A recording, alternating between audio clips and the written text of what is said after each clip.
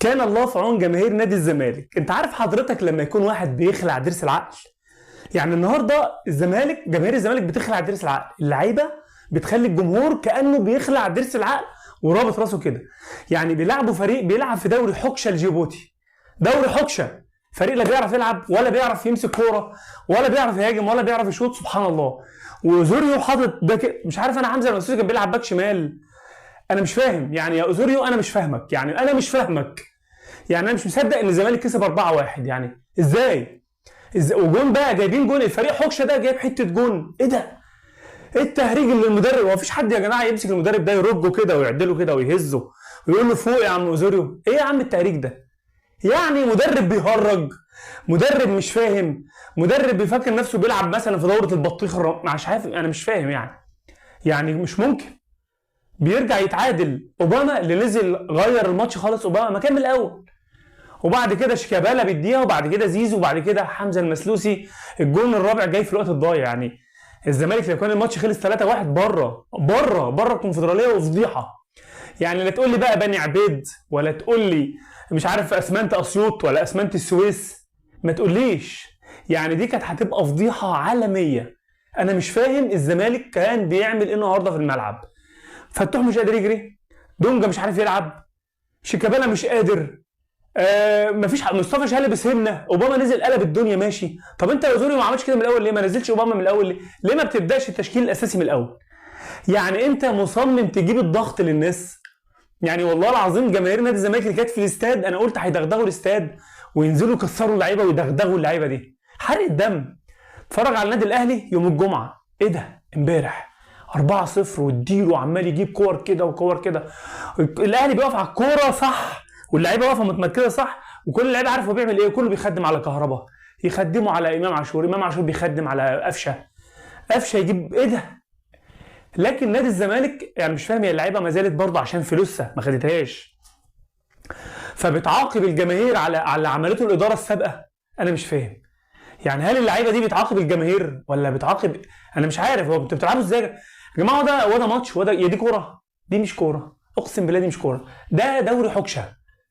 يعني مفيش حاجه فنيه تتكلم عليها.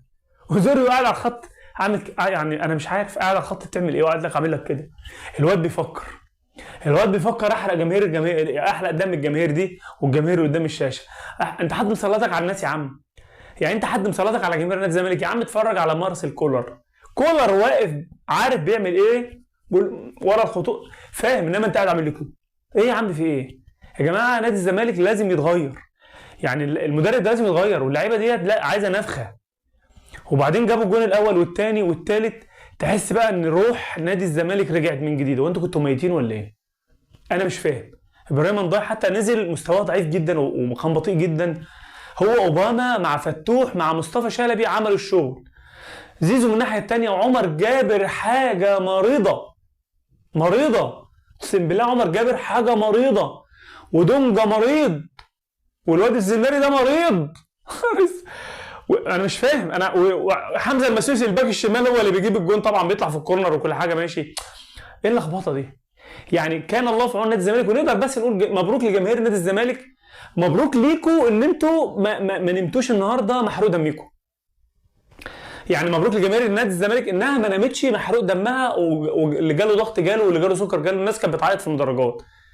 يعني بنقول مبروك. واللي جاي هيبقى حلو، اللي جاي طبعا مش حلو، والله اعلم، بس بالمنظر ده بيقول كل المعطيات بتقول ان اللي جاي مش حلو. فكان الله في عون جماهير نادي الزمالك. ايه ده؟ ايه الماتش ده؟ ايه ده؟ لا فكر ولا كوره ولا خطط ولا تنفيذ ولا لعيبه ولا مدرب، مفيش حاجه غير حاجه واحده، الجماهير بس. كان في استاد وفي جماهير، لكن مفيش لعيبه، مفيش جهاز فني، مفيش مدرب خالص، مفيش فكر، مفيش تخطيط، مفيش اي حاجه خالص. يا جماعه انتوا بتلعبوا جيبوتي، كانت هتبقى فضيحه الفضايح، اقسم بالله كانت هتبقى فضيحه نادي الزمالك بجلاجل النهارده. واللي يطلع بقى هيقول لك يا اللي مش عارف ايه واللي مش عارف. كان الله في عون جماهير نادي الزمالك، وبجد يعني ربنا كان رؤوف ورحيم بجماهير نادي الزمالك، مش باللعيبه ولا بالمدرب ولا بالجهاز الفني. انا شايف ان انتوا ماشي اوزوريو سيبوا مدحت عبد الهادي واحمد مجدي ومنصف، سيبوهم يوم اللي مدحت عبد الهادي كان هيموت يا جماعه، ما ينفعش، اقسم بالله ازوري ده ما ينفعش.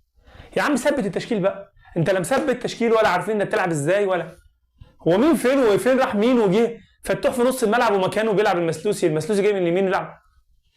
ايه ده؟ انا مش فاهم. فبجد حرام. الف مبروك نادي الزمالك، وما تنساش تشترك في القناه وسبسكرايب للقناه وتفعل الجرس علشان يوصلك كل جديد. السلام عليكم.